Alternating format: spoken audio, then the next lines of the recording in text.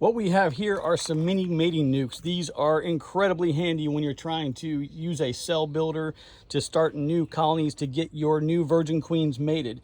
So I've got a few different ones here to show you a couple of samples of some things you can do with them. So by default here, when you get them, they will not come with this sleeve here. So you may want to order a couple extras of those.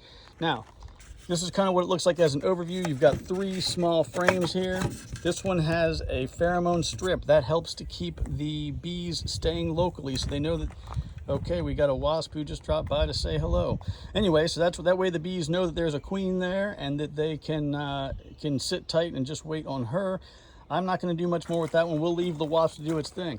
So here's a couple ways you can fill this. One way to fill it is to open up the bottom, take a couple of cups of bees. Usually 1 cup is enough, maybe 1.5.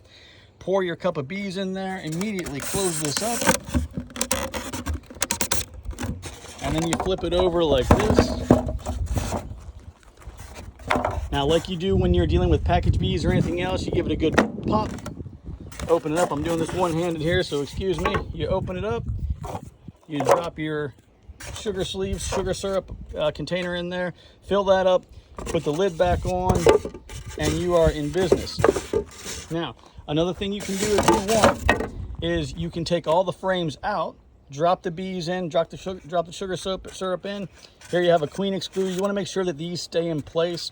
This will help to keep any drones or any unnecessary bees, or like the queen, if she's born, it'll keep her from going through here and ending up drowning in the sugar syrup. I also usually put little floaty pieces of pine or something in there that can help give them something to grab onto if they do slide in. But you throw your 1.5 cups of bees in here, and then you just immediately put your frames in right behind that. Notice I have a starter strip of wax foundation in these. They will draw these whole things up in about a week. It's incredible how quickly they will draw this up. And that's that. You close it up. Make sure when you close it that the bottom is not sticking out this far. And notice there's no opening for the bees to get in and out. If you flip this over, see how open that is? You got to make sure that you close it up like that.